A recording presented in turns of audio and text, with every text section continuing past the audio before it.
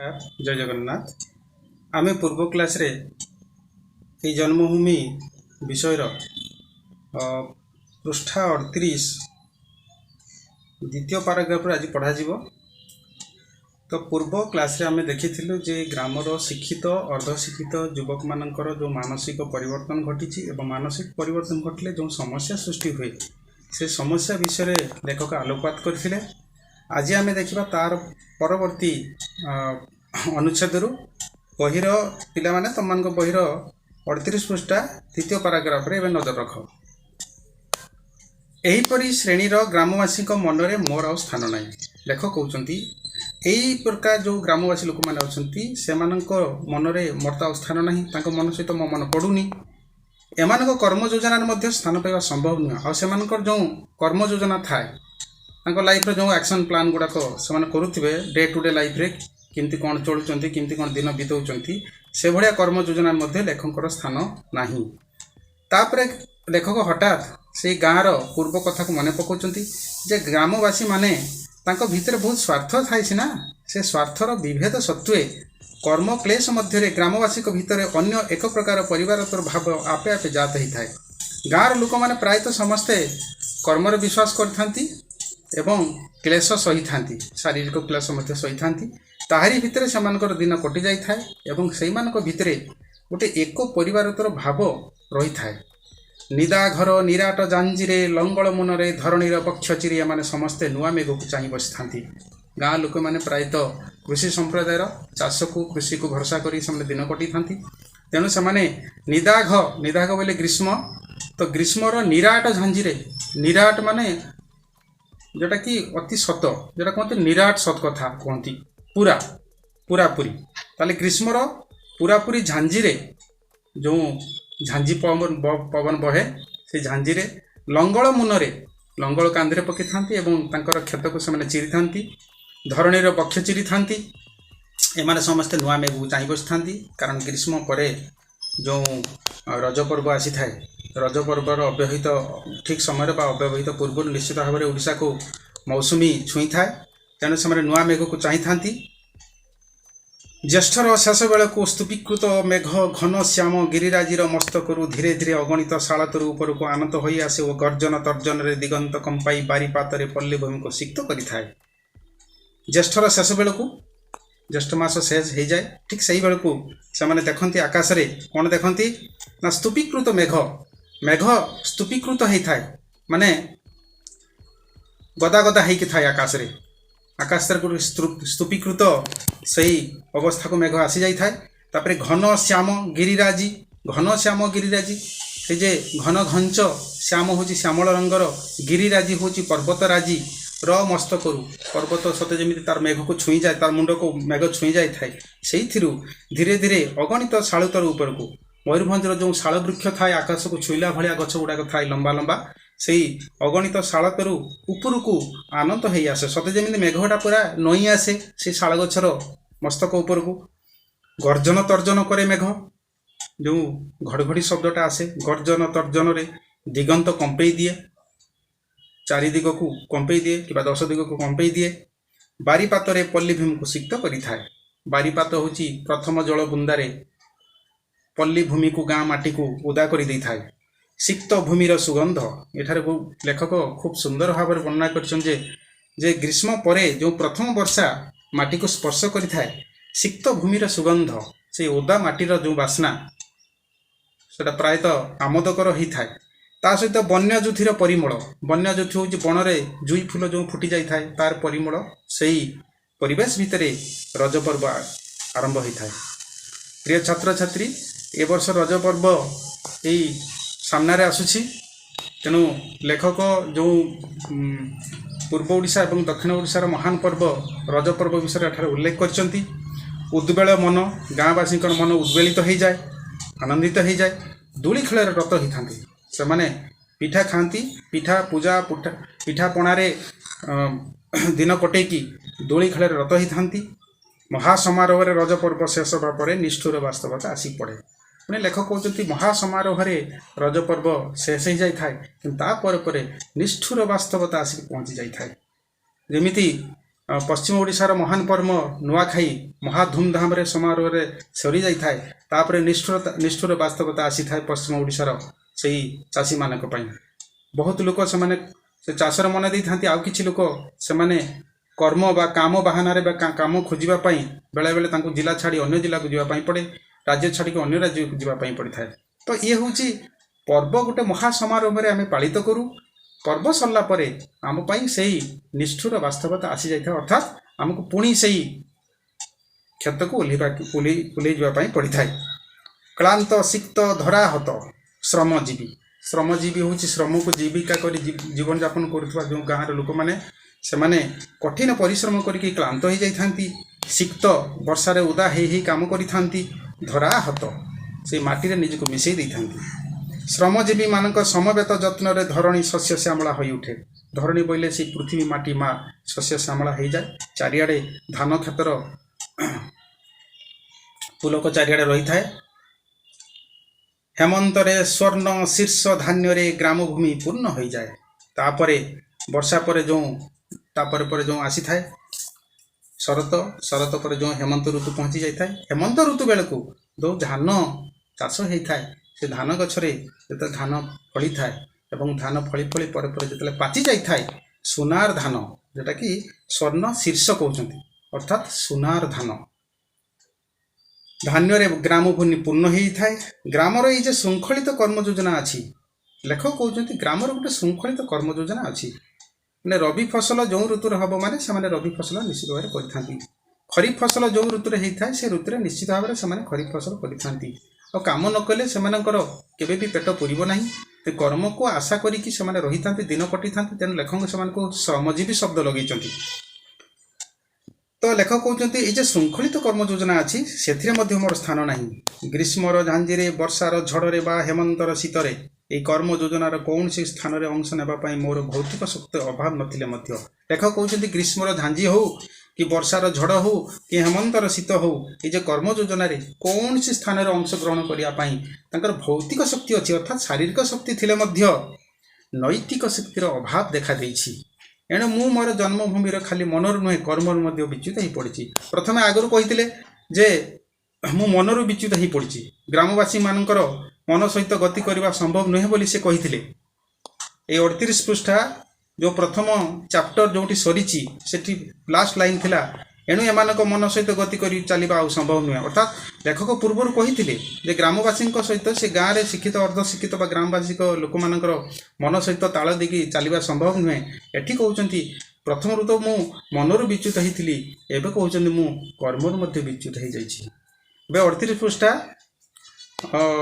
आम द्वितीय पैराग्राफ को जीवा एठी लेखक एत सब कही सारा पर से कहते जे मनुष्य को सब बेले जुक्तिवादी जीव बोली कहवाटा ठीक नुहे आम एत कथा पढ़िलु जुक्ति करुचु जे पिलाटीए पाठशाठ पढ़ला ऑफिसर है सहर बजार रे सहर जाई कोठाबाड़ी करे घरद्वार करे गाँ को भूली जाए एत जुक्ति कलु ये लेखक कहते सब बेले मनुष्य को जुक्तिवादी जीव कहवाटा ठीक नुहे कारण से परा बहु परिमाण में गतानुगतिकतार दास समय को लेकिन से दिन कटाए ना तेना गतानुगतिकतार से कृतदास से गोटे क्रीडनक खेलना भाया आभिजातीय चिन्ह बोली विवेचित निरर्थक नेकटाई मत छाड़ेनी मनीष कौन करे आभिजातीय चिन्ह नेकटाई नेक बोले यहाँ गल आम कहे टाई की जो बांधा जाए आम नेकटाई जोटा कि सुट कुट बुट पिंधिक टाई लगे दिखती यहाँ नेकटाई बोली से कहते नेक मान बेक जापर आम ये टाई हूँ बांधा ताने गलबंध जोटा कहूचे आम जोटा कि आम बांधुचे टाई सेटा को से कहते यहाँ हूँ आभिजातीय चिन्ह एटा निरर्थक बांधिले कि मिलेनी कि न बांधिले कि जाएनी से कथा कहते नेकटाई तो छाड़ेनी मनीष आभिजातीय चिन्ह बोली काय क्लेश न सही पारिबा जदि आभिजातीय चिन्ह ताहले एपरि अर्थपूर्ण आभिजातीय चिन्ह को किए कहीं छाड़ कहीं आभिजातीय चिन्ह हूँ काय क्लेश से सहबनी शारीरिक परिश्रम से करनी आभिजातीय अभिजात माने जो मैंने रही से श्रेणीर लोक मैंने अच्छा से मैंने परिश्रम को पसंद करती किंतु नेकटाई को से छाड़े तो आभिजातीय चिन्ह को जदि सी कहीं छाड़ कहीं से तो कष्ट करनी तेना आभिजातीय चिन्ह से देखेब समस्त शिक्षित काय क्लेश सहवाक अक्षम नुहति जते शिक्षित युवक अच्छा शिक्षित लोक मैंने ସେମାନେ କାୟ କ୍ଲେଶ ସହିବାକୁ ଅକ୍ଷମ ନୁହନ୍ତି, ଅର୍ଥାତ୍ ଚାହିଁଲେ ସେମାନେ କରିପାରିବେ, କିନ୍ତୁ ସମସ୍ତ ଶିକ୍ଷିତ ଅଭିଜାତ ଶ୍ରେଣୀର ଅନ୍ତର୍ଭୁକ୍ତ। ଅର୍ଥାତ୍ ଯେଉଁମାନେ ସହରରେ ରହୁଛନ୍ତି ସେଇଭଳିଆ ଲେଭେଲରେ ରହିଛନ୍ତି, ସେଇଭଳିଆ ସୋସିଆଲ କଷ୍ଟମରେ ମେଣ୍ଟେନ୍ କରୁଛନ୍ତି ସେମାନେ, ତ ସେମାନେ ତାଙ୍କ ପାଇଁ କ'ଣ ନା ସେମାନେ କାୟ କ୍ଲେଶ ସହିବେ ନାହିଁ କି ଏ ଅଭିଜାତୀୟ ଶ୍ରେଣୀର ଯେଉଁ ରହିଛି ପରମ୍ପରା ତାକୁ ଛାଡ଼ିବେ ନାହିଁ।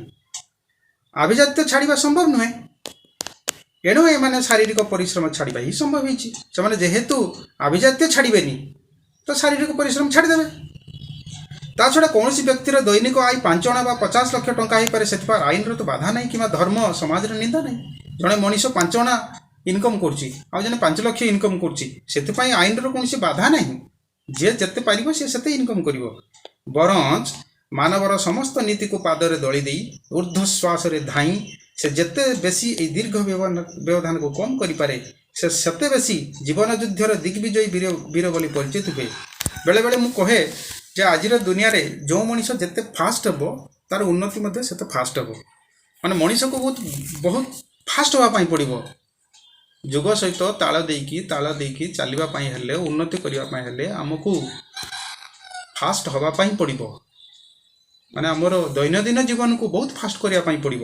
କଲେ ଯାଇକି ଯେଉଁ ବ୍ୟବଧାନ ଅଛି, ଧନୀ ଗରିବ ଭିତରେ ବ୍ୟବଧାନ, ଏ ଯେଉଁ ବ୍ୟବଧାନ ଅଛି, ଗୋଟେ ଗରିବ ଶ୍ରେଣୀର ଜଣେ ଆଭିଜାତ୍ୟ ଶ୍ରେଣୀର ଯେଉଁ ଅଛି ଲୋକମାନେ ଅଛନ୍ତି, ତାଙ୍କ ଭିତରେ ଯେଉଁ ବ୍ୟବଧାନ ଅଛି, ଏ ବ୍ୟବଧାନକୁ କମ୍ କରାଯାଇପାରେ। ଅଭିଜାତ ଶ୍ରେଣୀର ଅନ୍ତର୍ଭୁକ୍ତ ନ ହୋଇ ଖାଲି ଶାରୀରିକ ପରିଶ୍ରମରେ ଦୀର୍ଘ ବ୍ୟବଧାନକୁ କିଞ୍ଚିତ୍ ମାତ୍ର କମ୍ କରିବା ସମ୍ଭବ ନୁହେଁ। ଲେଖକ କହୁଛନ୍ତି ଖାଲି କଠୋର ପରିଶ୍ରମ କଲେ ଏ ଯେ ଦୀର୍ଘ ବ୍ୟବଧାନ ଅଛି କମ୍ କରାଯାଇପାରିବନି। ଆମେ କ'ଣ ହେବ ନା ଅଭିଜାତ ଶ୍ରେଣୀର ଅନ୍ତର୍ଭୁକ୍ତ ହେବା ପାଇଁ ପଡ଼ିବ। ମାନେ କଠିନ ପରିଶ୍ରମ ଦ୍ୱାରା ଖାଲି ଏ ବ୍ୟବଧାନକୁ କମ୍ କରାଯାଇପାରିବ ନାହିଁ, ଆମକୁ ସେଇ ଶ୍ରେଣୀରେ ଯିବା ପାଇଁ ପଡ଼ିବ, ସେଇ ମାର୍ଗକୁ ଅନୁସରଣ କରିବା ପାଇଁ ପଡ଼ିବ। ତେବେ ଯାଇକି ଯେଉଁ ଉନ୍ନତି ଅଛି, ଡେଭଲପମେଣ୍ଟ ଅଛି, ଇନକ୍ରିଜମେଣ୍ଟ ଅଛି, ଲାଇଫ୍ରେ ଯେଉଁ ଡେଭଲପମେଣ୍ଟ ଅଛି, ଯେଉଁ ସମାଜର ଯେଉଁ ସେଇ ଶ୍ରେଣୀରେ ସେ ଲେଭେଲରେ ପହଞ୍ଚିବା ପାଇଁ ହେଲେ ଆମକୁ କଠୋର ପରିଶ୍ରମ କରିବା ସହିତ ଅଭିଜାତ ଶ୍ରେଣୀରେ ଅନ୍ତର୍ଭୁକ୍ତ ହେବା ପାଇଁ ପଡ଼ିବ।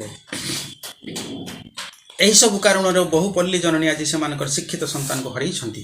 ତ ଏଇ ଯେ ଗୋଟେ ମାନସିକତା ଆସିଛି ଯେ ଗାଁରେ ରହିକି କ'ଣ କରିବି, ଗାଁରେ ରହି କିଛି ଉନ୍ନତି କରିପାରିବିନି, ମୋତେ ସହରକୁ ଯିବା ପାଇଁ ପଡ଼ିବ, ସହରୀକରଣ ହେବା ପାଇଁ ପଡ଼ିବ, ତାହେଲେ କ'ଣ ହେବ? ଏହିସବୁ କାରଣ ପାଇଁ ଗ୍ରାମର ବହୁ ପଲ୍ଲୀ ମା' ମାନେ ତାଙ୍କର ଶିକ୍ଷିତ ସନ୍ତାନମାନଙ୍କୁ ହରାଇ ବସିଛନ୍ତି। ପୁଅମାନେ ଗାଁ ଛାଡ଼ିକି ବାହାରକୁ ଯେ ପଳେଇ ଗଲେ, ଆସନ୍ତି ମଝିରେ ରହନ୍ତି ନାହିଁ, ତାପରେ ଆସିବାଟା ତାଙ୍କର କମିଯାଏ। ଏତେ ବ୍ୟବଧାନ କମିଯିବ ଯେ ଆଉ ମା' ତାର ପୁଅକୁ ଆଉ ଦେଖିପାରେନି। ଅର୍ଥ ବଳରେ ହେଉ, ଭାଗ୍ୟ ବଳରେ ହେଉ, ଅଧ୍ୟବସାୟ ବଳରେ ହେଉ, ଯେଉଁମାନେ ଶିକ୍ଷିତ ରୂପେ ଉଦୀୟମାନ ହୁଅନ୍ତି ସେମାନଙ୍କ ସମ୍ବନ୍ଧରେ ପଲ୍ଲୀ ଗ୍ରାମରେ ବହୁ କଳ୍ପନା ଜଳ୍ପନା ଚାଲେ। ଗାଁରେ ଧରାଯାଉ 2-4ଟା ପିଲା ପାଠଶାଠ ପଢ଼ିକି ସହରକୁ ଗଲେ ଏବଂ ଏତେ ଉନ୍ନତି କରିଗଲେ, ଏତେ ବଡ଼ ବଡ଼ ଅଫିସର ହେଇଗଲେ ଯେ ସେମାନଙ୍କର ବିଷୟଟା ଗାଁରେ ଆଲୋଚନା ହୁଏ। ଲେଖକ କହୁଛନ୍ତି ସେମାନଙ୍କର ଡେଭଲପମେଣ୍ଟ ଅର୍ଥ ବଳରେ ହେଉ କି ଭାଗ୍ୟ ବଳରେ ହେଉ କିମ୍ବା କଠୋର ଅଧ୍ୟବସାୟ ବଳରେ ହେଉ, କିନ୍ତୁ ସେମାନେ ଉନ୍ନତି କରିଛନ୍ତି ଏବଂ ସହରରେ ସେମାନେ ସେଟେଲ୍ ହେଇଛନ୍ତି, ସେଇମାନଙ୍କ ବିଷୟରେ ଆଲୋଚନା ହୁଏ ଗାଁରେ। ବିଦ୍ୟାର୍ଥୀ ଜୀବନରେ ସେମାନେ ପିତାମାତାଙ୍କର ଆଶା ଭରସାର ସ୍ଥଳ ହେଇଥିଲେ। ଯେତେବେଳେ ସେମାନେ ପାଠ ପଢ଼ୁଥିଲେ, ବିଦ୍ୟାର୍ଥୀ ଥିଲେ, ବାପା ମା' ଚାହାନ୍ତି ଯେ ଛୁଆ ଆମର ପାଠ ପଢ଼ୁ, ଯେତେ ପଇସା ଖର୍ଚ୍ଚ ହେବ ଆମେ ଖର୍ଚ୍ଚ କରିବୁ, କାହିଁକି ନା ବୁଢ଼ା ବୟସରେ ଇଏ ବୁଦ୍ଧି ଆମର କ'ଣ ହେବ, ଇଏ ହେଉଛି ଆଶା ଭରସାର ସ୍ଥଳ ହେଇପାରିବ।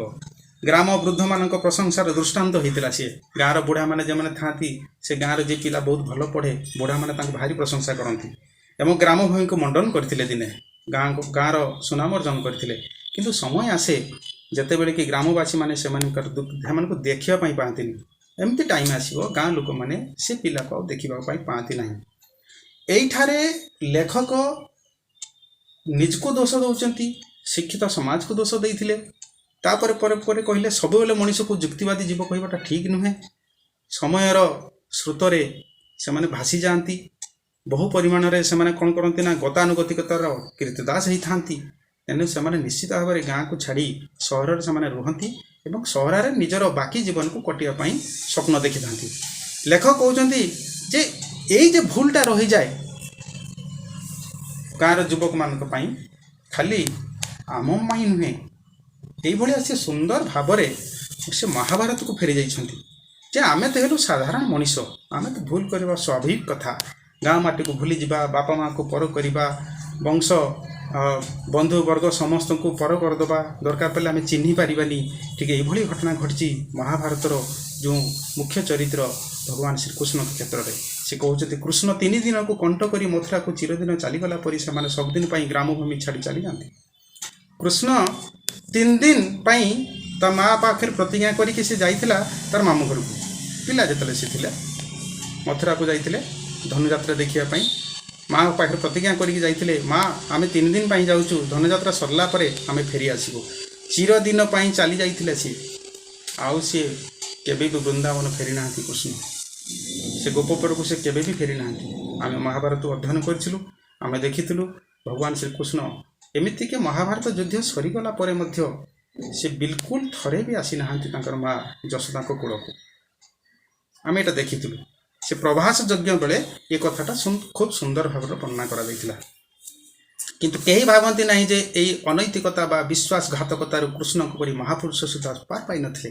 ତ ଏଇଟା ଗୋଟେ ୱାନ୍ ଟାଇପ୍ ଅଫ୍ ସେଲ୍ଫିଶନେସ୍, ଯେ ବିଶ୍ୱାସଘାତକତା, ଜନ୍ମଭୂମି ପ୍ରତି ବିଶ୍ୱାସଘାତ କରିବା, ଜନ୍ମଦେଲା ମା ପ୍ରତି ଯେଉଁ ବିଶ୍ୱାସଘାତ କରିବା, ଇଏ ହେଉଛି ଆମ ପାଇଁ ଗୋଟେ କଳଙ୍କ ଅଟେ। ଲେଖକ କହୁଛନ୍ତି ଭଗବାନ କୃଷ୍ଣକୁ ମଧ୍ୟ ଏଇ ଦୋଷ ଧରିଥିଲା। କୃଷ୍ଣ ମଧ୍ୟ ସେ କେବେ ବି ଏଇଥିରୁ ପାର ପାଇନାହାନ୍ତି। ଆମେ ତ ସାଧାରଣ ମଣିଷ। ମହାପୁରୁଷ ଭଗବାନ ଶ୍ରୀକୃଷ୍ଣ ମଧ୍ୟ ଏଇଥିରେ ପଡ଼ିଯାଇଥିଲେ, ଏଇ ମାୟାରେ ପଡ଼ିଥିଲେ। ନନ୍ଦ ଯଶୋଦା ଗୋପୀ ଗୋପାଳଙ୍କ ଅସୀମ ସ୍ନେହରେ ପରିପାଳିତ ହୋଇଥିଲେ। କୃଷ୍ଣ ଯେତେବେଳେ ଥିଲେ, ନନ୍ଦରାଜା ଯଶୋଦା ଗୋପୀ ଗୋପାଳ ଏମାନଙ୍କ ଅସୀମ ସ୍ନେହରେ ପରିପାଳିତ ହୋଇଥିଲେ। ଶେଷ ବେଳକୁ ପ୍ରବଞ୍ଚନା କରି କୃଷ୍ଣ ଗୋପପୁର ଛାଡ଼ି ଚାଲିଗଲେ। ପ୍ରବଞ୍ଚନା କରି ହେଉଛି ଠକେଇ ଦେଇକି ସମସ୍ତଙ୍କୁ ଗୋପପୁର ଛାଡ଼ିକି ପଳେଇଲେ। ନନ୍ଦ ଯଶୋଦାଙ୍କ ଚକ୍ଷୁ ଅନ୍ଧୀଭୂତ ହୋଇଗଲା। ନନ୍ଦ ରାଜା ମା ଯଶୋଦା ଚାହିଁ ଚାହିଁ ଚାହିଁ ଚାହିଁ କୃଷ୍ଣଙ୍କର ବାହୁଡ଼ା ପଥକୁ ଚାହିଁ ଚାହିଁ ଚାହିଁ ଚାହିଁ ତାଙ୍କର ଆଖି ଚାଲି ଯାଇଥିଲା, ଆଉ ଦିଶିଲା ନାହିଁ। ବୁଢ଼ାବୁଢ଼ୀ ହେଇଯାଇଥିଲେ ସେମାନେ। ପ୍ରେମମୟୀ ରାଧା ଶଶୀ କଳା ପରି ଦିନା କ୍ଷୀଣା ହୋଇଗଲେ। ଯେଉଁ ମହାଭାରତର ଚରିତ୍ର, ଯେଉଁ ରାଧା ଚରିତ୍ର ରହିଛି, ପ୍ରକୃତରେ ଭଗବାନ ବ୍ୟାସଦେବ ସେ ରାଧା ଚରିତ୍ରକୁ ଚିତ୍ରଣ କରିନାହାନ୍ତି। ପରବର୍ତ୍ତୀ ପର୍ଯ୍ୟାୟରେ ରାଧା ଚରିତ୍ର ଚିତ୍ରଣ ଆସିଛି ଆମ ସାମ୍ନାକୁ। ଯାହା ବି ହେଉ, ଆମେ ଶୁଣିଛୁ ବା ଆମେ ଟିଭିରେ ମଧ୍ୟ ଦେଖିଛୁ ଯେ ରାଧା ପ୍ରେମମୟୀ ଥିଲେ ଭଗବାନ କୃଷ୍ଣଙ୍କ ପାଇଁ। ବାଲ୍ୟକାଳରେ ସେ ଶଶୀକଳା ପରି ଦିନା କ୍ଷୀଣା ହେଇଗଲେ। ସେଇ କୃଷ୍ଣକୁ ଚାହିଁ ଚାହିଁକି ଶଶୀକଳା ପରି ଦିନା କ୍ଷୀଣା ହେଇଗଲେ। ଶଶୀକଳା ବୋଇଲେ ଚନ୍ଦ୍ରକଳା। ଚନ୍ଦ୍ରକଳା ଅମାବାସ୍ୟା ପରେ ପରେ ବଢ଼ି ବଢ଼ି ବଢ଼ି ବଢ଼ି ପୂର୍ଣ୍ଣତା ପ୍ରାପ୍ତ ହୋଇଥାଏ। ପୁଣି ପୂର୍ଣ୍ଣମୀ ପରେ ଅମାବାସ୍ୟା ବେଳକୁ ପୁରା ଛିଣ୍ଡି ଛିଣ୍ଡି ଛିଣ୍ଡି ଛିଣ୍ଡି ସମ୍ପୂର୍ଣ୍ଣ ଅନ୍ଧାର ହେଇଯାଇଥାଏ। ତାହେଲେ ସେଇଟା ଶଶୀକଳା କୁହାଯାଉଛି। ଯେଉଁ ଚନ୍ଦ୍ରର ଯେଉଁ କଳା ଅଛି, ସେଇ ଶଶୀକଳା ଭଳି ସେ ଦିନା କ୍ଷୀଣା ହେଇଗଲେ। କିନ୍ତୁ କୃଷ୍ଣ ଆଉ ଫେରିଲେ ନାହିଁ। ମହାଭାରତର ମହାସମରକୁ ଅଙ୍ଗୁଳ ନିର୍ଦ୍ଦେଶ ଚଳେଇଥିଲେ ସେ। ଆମେ ଜାଣିଛୁ ମହାଭାରତ ଯୁଦ୍ଧ ପ୍ରକୃତରେ ପାଣ୍ଡବ କୌରବ ମଧ୍ୟରେ ହେଇଥିଲା ସିନା, କିନ୍ତୁ ଦେଖାଗଲା, ଭିତରେ ଦେଖାଗଲା ମହାଭାରତର ସମରକୁ ଅଙ୍ଗୁଳି ନିର୍ଦ୍ଦେଶ କରି ସିଏ ଚଳେଇଥିଲେ, ସିଏ ହିଁ କରିଥିଲେ। ଆଉ ସେଟା ଯଦି ନ ହେଇଥାନ୍ତା ତାହେଲେ ଏ ପାପର ସାମ୍ରାଜ୍ୟ କେବେ ଧ୍ୱଂସ ହୋଇନଥାନ୍ତା। ମଥୁରା ଠାରୁ ଦ୍ୱାରକା ପର୍ଯ୍ୟନ୍ତ ଦୀର୍ଘ ପଥ ଅତିକ୍ରମ କରିଥିଲେ। ମଥୁରାରୁ ପୁଣି ଦ୍ୱାରକାକୁ ତାଙ୍କର ରାଜଧାନୀକୁ ସିଫ୍ଟ କରିଥିଲେ, ନେଇଯାଇଥିଲେ। ତ ଦୀର୍ଘ ପଥ ଅତିକ୍ରମ କରିଥିଲେ। ବିପୁଳ ରାଜ୍ୟକୁ ସେ ଭୋଗିଥିଲେ। ଅପରିସୀମ ବିଭବ, ତାଙ୍କ ପାଖରେ ଏତେ ବିଭବ ଥିଲା, ଐଶ୍ୱର୍ଯ୍ୟ ଥିଲା, ଅପରିସୀମ। ଅଭ୍ରଙ୍କଶ ପ୍ରାସାଦ, ଅଭ୍ରଙ୍କଶ ଆକାଶକୁ ଛୁଇଁଲା ଭଳିଆ ପ୍ରାସାଦ ସେ ତିଆରି କରିଥିଲେ। କେଉଁଠି? ଦ୍ୱାରିକାରେ। ଅଷ୍ଟପାଟବଂଶୀ 8ଟି ତାଙ୍କର ପତ୍ନୀ ଥିଲେ। ଏ ଲିଷ୍ଟଟା ମୁଁ ଦେଇଦେବି। ଓ ଅଗଣିତ ପୁତ୍ର କନ୍ୟାର ଅଧିକାରୀ ହୋଇ ଦ୍ୱାରିକାରେ ବସିଗଲେ। ପୁତ୍ର କନ୍ୟାର ଅଧିକାରୀ ହେଇକି ଦ୍ୱାରିକାର ସିଂହାସନରେ ସେ ଦ୍ୱାରିକାଧୀଶ ଭଗବାନ ଶ୍ରୀକୃଷ୍ଣ କୁହାଯାଏ, ସେ ସେଇଠି ବସିଯାଇଥିଲେ। କିନ୍ତୁ ପରିଣାମ କ'ଣ ହେଲା? କୃଷ୍ଣଙ୍କର ଅଭ୍ରଙ୍କଶ ପ୍ରାସାଦ ଅତଳ ଜଳଧି ତଳରେ ନିମଗ୍ନ ହୋଇଗଲା। ଆମେ ଦେଖିଥିଲୁ ଶେଷରେ ଯେଉଁ ଭଗବାନ କୃଷ୍ଣ ଉଦ୍ଧବକୁ ସେ କହିଛନ୍ତି ଯେ ଏ ଦ୍ୱାରିକା ନଗରୀ ଜଳମଗ୍ନ ହୋଇଯିବ, ତେଣୁ ଉଦ୍ଧବ ତମେ ପରିତ୍ୟାଗ କର ଏ ସ୍ଥାନ। ଆମେ ଦେଖିଥିଲୁ ଯେ ସେ ଦ୍ୱାରିକା ନଗରୀ ସେ ଅତଳ ଜଳଧିରେ ନିମଗ୍ନ ହୋଇଯାଇଥିଲା। ଆଉ ତାଙ୍କ ନବସଂସାରର ମଦ୍ୟପ ବଂଶ ଗୋଷ୍ଠୀ ସାଙ୍ଗସାଥୀ ମଧ୍ୟ ପ୍ରଭାସ ତୀର୍ଥର ଏରକାର ବନରେ ପରସ୍ପରକୁ ହାଣି ଧ୍ୱଂସ ହୋଇଥିଲେ। ଯେଉଁ ଦଦବଂଶ ଧ୍ୱଂସ କରାହେଇଥିଲା, ସେ ନିଜେ ହିଁ ସେଟାକୁ ଧ୍ୱଂସ କରିଥିଲେ। କାରଣ ମହାଭାରତ ଯୁଦ୍ଧ ସରିଲା, ପାପର ସାମ୍ରାଜ୍ୟ ଧ୍ୱଂସ ହେଲା ସତ, ତାପରେ ପରେ ପରେ ସେ ଅନୁଭବ କଲେ ଯେ ए संसार आउ गोटे बड़ साम्राज्य रही पापर साम्राज्य सी हूँ निज वंश जदु वंश से निज वंश को तो निजे हाथ में मारी पारे तेणु से सृष्टि करते माया सृष्टि करते से ककुआ भय सृष्टि करते से ककुआ भय ककुआर से डाकरा जो मद्यप वंश रते पुरुष माने थिले उद्भ्रांत पुरुष माने थिले से ककुआ को खोजी खोजी खोजी खोजी एरका वन में पहुँची आईटी गोटे राति ही परस्पर को हाणी हाणी की शेष होते राज्यहीन सी होते शेष राज्यहीन हेले गृहहीन हेले धनहीन हेले पुत्र कन्याहीन हेले यही शेष को महाभारतर कर्णधार सी हूँ महाभारतर कर्णधार भगवान श्रीकृष्ण निबिड़ अरण्यर लतिका दोलारे अवश अंग को ढाली देते से थका होते जंगल रे चालू चालू चालू चालू थका हो जाइछंती एवं अवश अंग तांकर शरीर अवश हो जाइथिला और शक्ति नथिला अंग देह को से कौन करथिले लतिका दोलारे से लतार दोली से बसी जाइथिले एवं निजर अवश अंग को से ढाली देथिले किंतु शेषर सुधा शांति रही पार नथिले अल्प क्षण परे तांकर दोलायमान पदपल्लवरे अभिशाप परी निष्ठुर लौह सरटीए आसी पड़ा से दूली बसी दूलीटे झुलुला दोलायमान अर्थात दुलु झुलुथिबा तांकर जो पाद से निष्ठुर अभिशाप परी बा अभिशाप परी निष्ठुर लौह सरटीए आसी पड़ा धनुर तीर आसिक लगी कृष्ण को पादरे संपूर्ण फिटी चलीगला पशिगला अल्प क्षण पर तांकर दोलायमान पदपल्लवरे ये पदपल्लव कहुच्छी कृष्णकर पाद पल्लव सदृश कणिया पत्र भलिया वर्ण धारण करथिला सेइथिरे लुहारे तैयारी होइथिबा निष्ठुर धनुषर तीर आसिक लागिची यह मध्य तांकर कृतकर्मर परिणाम लेखक कहते यहाँ कृष्णकर कृतकर्मर परिणाम कारण आम जाचु यही भगवान कृष्ण द्वापर कृष्ण त्रेतर श्री राम प्रभु रामचंद्र थिले से बाली सुग्रीव दुई भाई मध्य जो बाली को से निधन करिसंती सामना को आसी निधन करनथिले पछरु लुचि करिकी बाली को जो शराघात करथिले एवं बाली को निधन करथिले एवं से अभिशाप मध्य पाइथिले बाली पुत्र जो अंगद मनरे आसीथिला प्रतिशोधर ज्वाला किंतु से श्री रामचंद्रकर परम भक्त हला परे से ज्वाला निज भीतर रखी देइथिले प्रभु जानी पारथिले तार अंतर कथा सेई कृतकर्मर परिणाम से द्वापर जुगरे जार शबर यही शबर यही व्याध वर्तमान तार धन तीर कृष्ण को पादरे लगी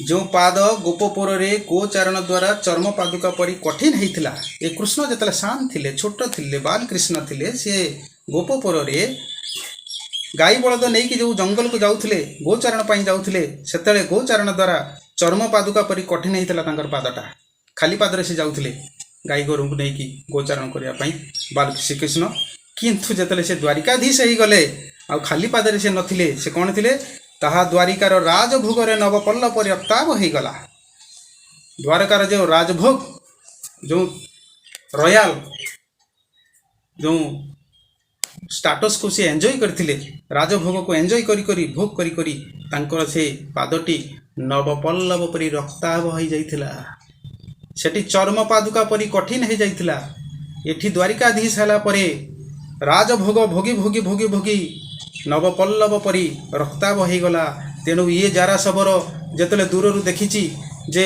गोटे पाद एमती झुली झुली आसूची पुणी चली जाऊँगी झुली झुली आसूची पुणी चली जाऊँगी से पादटा देखा केमती थिला ना हरिण कर्ण वर्ण भलिया मृग बा हरिण तार कान लंबा कान कर्ण प्रदेश जो कलर थाए जो वर्ण थाए सी हूँ नवपल्लव परी रक्ताभ वर्ण तेणु व्याध दूर देखला जे आज गोटे हरिणर शिकार पड़ी मत आ सारा देह देखा जाऊनी मत केवल कर्ण प्रदेश देखा जाऊँगी तेणु से कर्ण प्रदेश को ठीक एम करिकी लक्ष्य करिकी जो सर छाड़ी छाड़ला परे सेटा सीधा आसिकी बाजी श्रीकृष्णकर से नवपल्लव पाद जुगल गोटे पादरे बाजी निर्बोध व्याध मनोरजा ता हरिणर कर्णर भ्रम आनीदेव ए विचित्रता कौन थिला निर्बोध व्याध से पाठशाठ पढ़ी से निर्बोध मूर्ख ता काम हूँ शिकार करवा एत दिन पर जदि गोटे हरिण को शिकार हरिण मिली से कहीं छाड़ तेणु लक्ष्य भेद कर कृष्ण को पादरे आसी पड़ी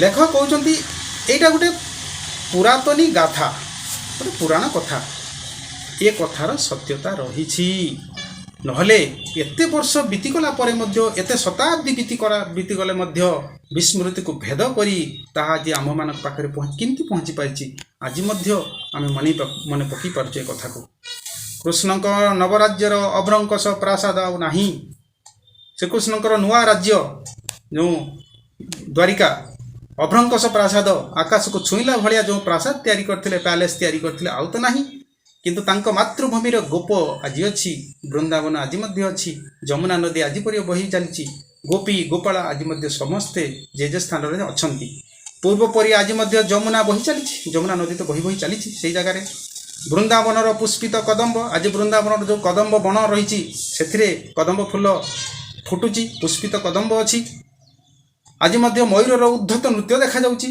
मयूर सेठी मध्य तार नाच सी जारी रखिची आज मध्य दूर बंशी स्वनरे अनुढ़ा गोपकन्यार मन अहेतुक अनाहुत व्याथरे भाराक्रांत हो उठे देख बढ़िया कथा कहते जे आज भी से गोपपुर जदि बहुत दूर रे बंशी स्वन बाजी उठे गोपपुर जो गोपकन्या अच्छी अनुढ़ा बोले अविवाहिता गोपकन्या जो मैंने अच्छा कानर जिते बंशी स्वन पड़े तांकर मन अहेतुक अनाहुत व्यथारे भाराक्रांत हो पड़े मनटा भाराक्रांत केतले भारी भारी हो जाए ना अहेतुक गोटे हेतु थाए गोटे कारण थाए मनीषर मन जिते भाराक्रांत हो निश्चित भाव गोटे कारण थाए किंतु लेखक कहते आज मध्य से गोपपुर रे बहुत दूर बंशीर स्वन जदि अविवाहिता गोपकन्या कानरे पड़े तार मन अहेतुक बिना हेतुरे अनाहुत बिना अग्नि रे एवं व्यथा एते जंत्रणा हुए जे गोपकन्या मन आज भी भाराक्रांत हो जाए भारी भारी हो जाए कृष्णकर ये अमर गाथार बहु कथा शिखबार अच्छे कारण पुराण मिछ हो पारे कपड़ कल्पित बेले बेले होता पारे कि से गुड़ाक पढ़ी आम बहुत किसी शिखबार अच्छी और व्यक्तिगत जीवन में लगेबार अच्छी यह सत्य जे भारतीय अर्थनैतिक बेष्टनी रे पाश्चात्य शिक्षा पद्धति को थुआ यह सत जे आज अर्थनैतिक परिवेश तार परिवेश भितर पाश्चात्य शिक्षा थुई दिखाई एणु पाश्चात्य शिक्षार शिक्षित माने जो पाश्चात्य जीवन धारण मान को अनुसरण करेंगे एक निश्चित कथा यहाँ तो सत कथा कहीं सब पिला माने ओडिया मीडियम पढ़ुना आंचलिक भाषा पढ़ुना बर्तमान प्राय तो इंग्लीश मीडियम को जाऊँ पिलाने तो सेमान पिलांकर जो सिलेबस अच्छी यूकेजी एलकेजी ठू आरंभ करके उच्च शिक्षा पर्यंत जो सिलेबस रखा जाइए से सब पाश्चात्य शिक्षा प्रणाली रे पद्धति रे ही सेट करा जाइए तेणु निश्चित भाव में पाश्चात्य जो लाइफस्टाइल अच्छी निश्चित भाव से फॉलो कर अनुसरण करवा ए निश्चित कथा यहाँ तथापि बहु सहस्र शिक्षित मध्य जो मैंने से महानुभावतार परिधि को पल्लीग्राम प्रथम आरंभ कर विश्व पर्यंत व्याप्त कर आमर नमस्य जमती आमर थिले वैज्ञानिक एपीजे अब्दुल कलाम जन्म रामेश्वरम द्वीप में तमिलनाडु रामेश्वरम रे तांकर लाइफटा जीवनटा से गाँव आरंभ करथिले आरंभ करके कौन करचंती ना विश्व पर्यंत निजर जीवनटा को व्याप्त करथिले से भलिया लोकन को पई हम आज आम मानक पई से होचंती नमस्य किंतु स्वाभाविक पंथा छाड़ी जो माने ग्रीसीय देवता एटलास परी समस्त विश्वर भार बहन करचंती बोली कुब्ज होई चालंती से माने खाली प्रवंचना करथांती किछि अछंती से माने प्रवंचना करती ठकांती केमतिका ना सते जमती सेमती से सते जमती से सारा विश्वर भार को निज पिठी बहन कर समय नहीं गाँव को जावाई समय नहीं बाप माँ को फोन करके भल मद पचारे समय नहीं गाँव सांगसाथी पिलादिन सांगसाथी की फोन करके दीपद कथा कहवाई से पचारे से कहती ओह एत वर्कलोड एत कम दिन राति खटी खटी मनीष मरीगलानी सते जमी सारा विश्वर भार को से बहन कर ग्रीसीय देवता एटलास परी एटलास ग्रीस देवता एटलास तुमने देखी देख से पिठी रे जगार गोटे थुआ जाइए विश्व थुआ जाइए से सते जमी कुब्ज हो जाइए एटलास सीधा छिड़ा हो नमती तो ग्रीस देवता जमी एटलास तार ये पिठी रे सारा विश्वर भार बहन करिछि एवं कुब्ज हो जाए यही बर्तमान देखा जाउछि शिक्षित युवक मान जे भल ग्रामवासी नुहे से भल ओडिशावासी नुहे ये लेखक शेष कहते अरे जे भल गाँव ग्रामवासी हो न पारा जे भल गाँव रे जे नाम अर्जन कर पारानी गाँव रे जे स्नेह ममता पाई पारा ना सी कौन भल ओडिशावासी हम नुहे जे भल ओडिशावासी नुहे से भल भारतवासी नुहे जे प्रथमे ओडिया होइकि जदि ओडिशा को जे भल न पाई पारिबो से केबे भारत को भल पाई परिबनी एवं जे भारतवासी नुहे से केबे भल विश्वासी पारिबनी आ भारतीय बोली गर्व जो आत्मसम्मान अच्छी ये स्वाभिमान जदि आम मान मन में न रहा हृदय न रहा आमे भल विश्वासी केमती हबु जो माने पाश्चात्य शिक्षार समस्त निगड़ छिन्न करी सेमानक महानुभावतार परिधि को प्रथमे पल्ली आरंभ करी समग्र ओडिशा भारतवर्ष को व्याप्त करिथांती से माने आम मानक चिर नमस्य पाश्चात्य शिक्षा ग्रहण करिके मध्य समस्त निगड़ जो हैंडकप आमे कहूचे बंधन जो चेन छिन्न करिवो एवं महानुभावतार परिधि को प्रथमे पल्ली आरंभ करिवो पल्ली आरंभ करी ओडिशा को व्याप्त करिवो तापर समग्र भारतवर्ष को व्याप्त करिसंती लेखक कहते से माने होचंती आमर चिर नमस्य से माने जन्म नहीं गाँव रे सत पाठ पढ़ी गाँव रे सत परवर्ती पर्यायर से माने उच्च शिक्षा लाभ करिसंती सत एवं सर्वोच्च जगार रही किंतु गाँ को भूली ना ओडिशा को भूली नथिबे एवं भारत को भूली नथिबे से माने होचंती लेखक मतरे चिर नमस्य तेरे छात्र छात्री माने ये जन्मभूमिर पाठटा एठी सरला पढ़ा सरला परे तुम मानक मु अनुरोध करुच्ची मोर निजर अनुभूति जहाँ कहे जे जेते बेले भी पढ़िबो टेक्स्ट बुक रो लाइन बाय लाइन पढ़िया चेष्टा करिवो एवं बुझिया चेष्टा करिवो साहित्य हो पारे संस्कृत हो पारे हिंदी हो पारे इंग्लिश हो पारे विज्ञान हो पारे इतिहास भूगोल जहाँ भी ना होना कहीं पाठ्य पुस्तक line by line word by word जदि पिला बुझी जाइए जीवन रे तार फंडामेंटाल नॉलेज आसी सारी आउ +2 +3 बेलू सी झुटिब ना आम जदि साथी देखा एमबीडी देखा गूगल सर्च करके पाठशाला पढ़ा ताहले से पाठटा मत लगुच चिरस्थायी नुहे आम भूली जाइपा समस्त को अनेक अनेक धन्यवाद रज पर्व समस्त को शुभेच्छा जनाऊँ नमस्कार जय जगन्नाथ।